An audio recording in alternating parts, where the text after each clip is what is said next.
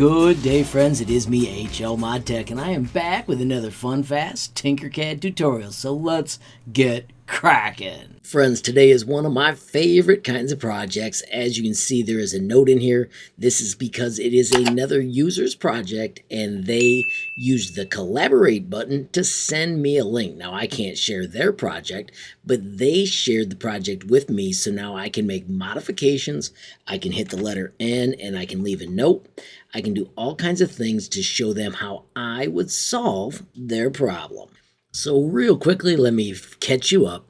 This is the project. Don sent me an image. He wants to make a support for this so that it's stronger.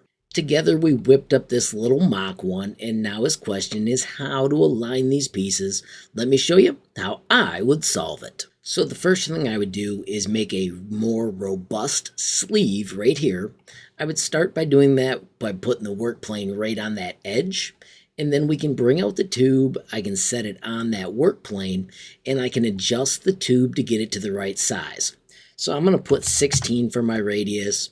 I'm going to make it a different color so that it's easier to see which is which. Because I have got this work plane here, check this out, I can do Shift Select, L for Align. I can make this tube the boss. I'm going to move that note, and I'm going to choose Center there, and I'm going to choose Center there. So right now we can tell that my tube is not large enough. Let's make the outside radius 20. That'll be plenty large. I think I want it to be more round, so I'm going to bump up the sides. And then we need to check the tube. Well, I'm going to push this down so it's easier to see when the tube actually connects. And I could change this to 2.6. Let's see if maybe 3 does it. That still has a bit of a gap. I'm going to back this down to 19, and then we'll also align this again in just a moment. That just got it close to the right snugness. Now to make this perfect, I don't know how accurate your printer is, so what I would do is I would make this sleeve 2 millimeters thick. I would print this sleeve, and I would see if it fit. If it did fit, fantastic. If not, just keep nudging till you get the correct numbers. Once you're happy, you can make it whatever length you want. And then we need to do the same thing for this part. Well, let's take this part and line it up first. This is awesome. It is a shape.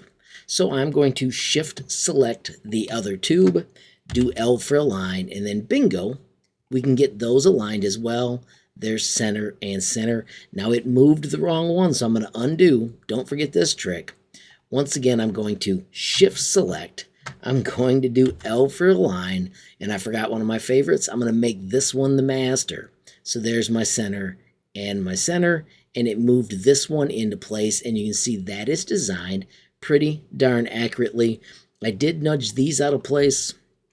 I'm going to quickly do Shift Align to make sure I've got that set up again. Once again, this one's the master, and I'm going to do L for Align, and it is good. I can also, if I know this one is perfect, I can lock it. That way it'll no longer group with anything, and it will no longer move. As I peek at this, that looks a little too snug, so then we can back this up to 2.8. This is just how you use guess and check to get that to the exact set of numbers that you want so that it's on the outside edge there. All right, so now let me show you how I would build the supports. I would have these as 2 pieces, and I would have them just locked together. You could either glue them or make it a part that slides in. So right now I'm going to do a couple things. Watch this. If I put the work plane back here and I bring out a cube, it comes out and it's kittywampus to our project. Well, that's because Don has taken the part and has it kittywampus on the work plane.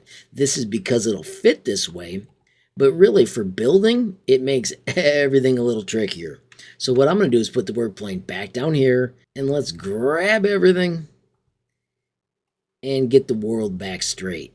This might be a good thing to remember, is that it's handy to keep your measurements straight. So that's like 40 degrees, 39 degrees. I'm going to bring out a cube and see just how close that is. It looks reasonable. Notice there's 1 millimeter all the way across. I think that is straight, but that is just one thing to note. It is not wise to build kittywampus. When you're all done though, you can make a copy of your project and then you can turn that one kittywampus for 3D printing. Although Don won't be printing this part anyways, that is the piece that actually already exists. So let's return to the part. I would probably make this stretch all the way out, and then I would bring out a cube, make that whatever measurements I wanted, maybe make it so that it has a wedge that fits as well. Once again, I would make this skinny, and I would print it till I had the exact design you want. It is fine to measure, but you don't necessarily have to. You can always just print thinner versions of your parts. Notice this is how I would make it thinner. Let's say we make that 2 millimeters thick and 2 millimeters thick. I'm going to take those two and shift select them, L for align, and I want them to be to the middle of each other, and I want them to be to the back. And you could just keep dialing in your part until you had the support that you're happy with. You could just stretch this out so that it was connecting. Maybe put another wedge in here so it had that angle. And then you've got to print this at the angle on your printer, which may be tricky. That's kind of why I like printing these separate and then simply gluing the project together. Lots of room for you to have fun and make this look however you want. I'm not sure how professional you want yours to be. I would just want mine supported so that it was doing what I wanted in my shop. Don, once again, thanks for the awesome question. I hope you find all of this useful. I will remind you, don't forget, whenever you've got it partially the way you want, return to your Tinkercad dashboard. I'm going to just show you the steps with my lizard down here. I enjoyed where I was, but I wanted to fiddle with it. So what I do is click up here on the gear, choose duplicate, and all of a sudden I've got a copy that I can do whatever I want to, and I don't lose my previous progress.